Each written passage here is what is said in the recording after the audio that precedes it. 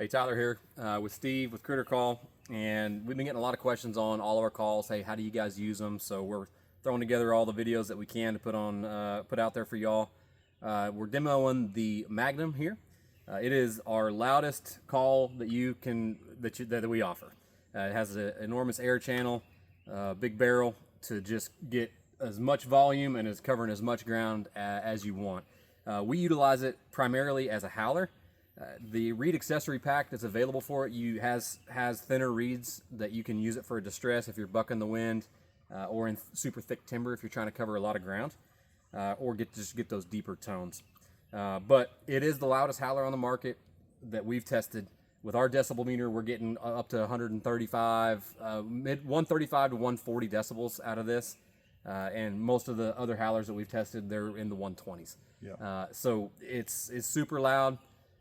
Just kind of give you a quick rundown of like a bark howl scenario.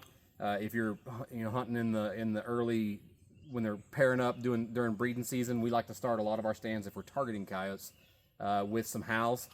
So we would start with this. All right, so that's just a quick howl. You can do like a coyote in distress, like a kai approach. If you've shot a dog, like you called in a pair, you shot one, the other one's running off. You can do a quick kai. Right, so just very versatile howler.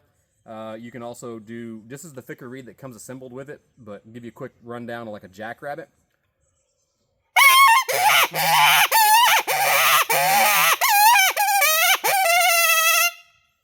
So. Do that fawn distress that you did out in, was it Utah or Idaho? Oh yeah, on a bear hunt. Yeah, so I was on a bear hunt recently, and wasn't seeing a whole lot of like rabbits or anything. Seeing a ton of elk and mule deer. So we were targeting bear.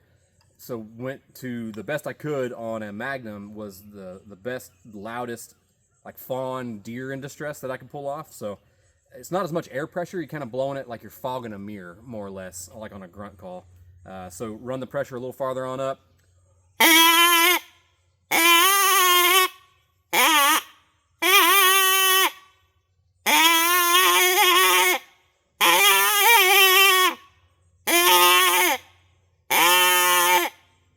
I don't know if that camera's getting how loud that is, but that It's super loud. Yeah, when we were up there in Idaho, just hearing it echo bouncing off the mountains, it was telling me what I wanted to sound like, because it sounded exactly like a deer that you'd spined if you're bow hunting and shot him in the spine by accident. It's laying there, making noise, and it sounds like every deer that I've ever actually spined. Yeah, and whenever we went out and talked to the major, he said a lot of people were using these in distress in big country as well and stuff like that, and we're like, it really, because we knew him as a howler kind of, but then it kind of opened that door into using them as a distress also and stuff, and so they're using them in Africa, I know, as well. So. Yeah, I mean, because you gotta hunt the conditions, not let the conditions hunt you. And so if you show up one weekend and it's your day off and the wind's blowing 25 miles an hour, I mean, don't use that as an excuse to stay at the house. Just switch the reeds around, use the Magnum. You'll still be able to buck that wind and go out and call the same amount of country as you would if the wind was blowing 10, 15 miles an hour. That's right. So it's just a super versatile tool to just have. They're crazy affordable,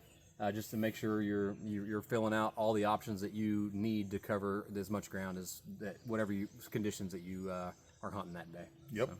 Well, our website, as always, critrcall.com, and made in the USA. Appreciate your business. Talk to you next time.